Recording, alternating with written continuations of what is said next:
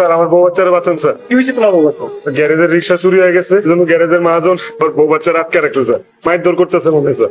আমি গেলে আমারও মনে বাইন্দা রাখবো, মাইর দৌড় করবো স্যার। ঠিক আছে, তুমি কোনো চিন্তা করবো না, আমি দেখতেছি। চলো আসুন। আসবে বলো। স্যার রিক্সা পাওয়া গেছে স্যার। পাওয়া গেছে কোথায়? স্যার ওই 7 নম্বর রোডের রাস্তার পাশে স্যার। চোর ধরা পড়ছে? হ্যাঁ স্যার। এক কাজ করো, তুমি চোর রিক্সা থানায় নিয়ে চলে আসো, ঠিক আছে? Okay sir. ওকে, তোমার রিক্সা পাওয়া গেছে।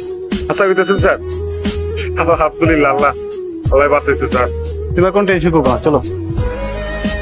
বাড়ি চলো। এই শালা এত ক্যাট ক্যাট করতেছ কেন? কান্দন বন্ধ কর। হক ভাই ওকে তো কোনো দোষ নাই, ওকে ধরে আনছেন কেন? ওকে সাইডে দেন।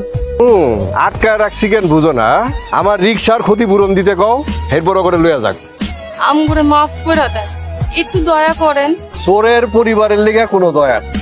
এই সেরি আর বাপ ভাই কেউ নাই, ফোন দে আমার টাকা লইয়া আইতে, এরপর তো করে লইয়া যাক। ভাই আমার তো বাপ ভাই কেউ নাই, করে কেউ নিতে আইব না। আরে নিতে আইব না তো আমার রিক্সার কি হইব? আপা তুমি আইছো? এই গ্যারেজের মালিককে আমি গ্যারেজের মান।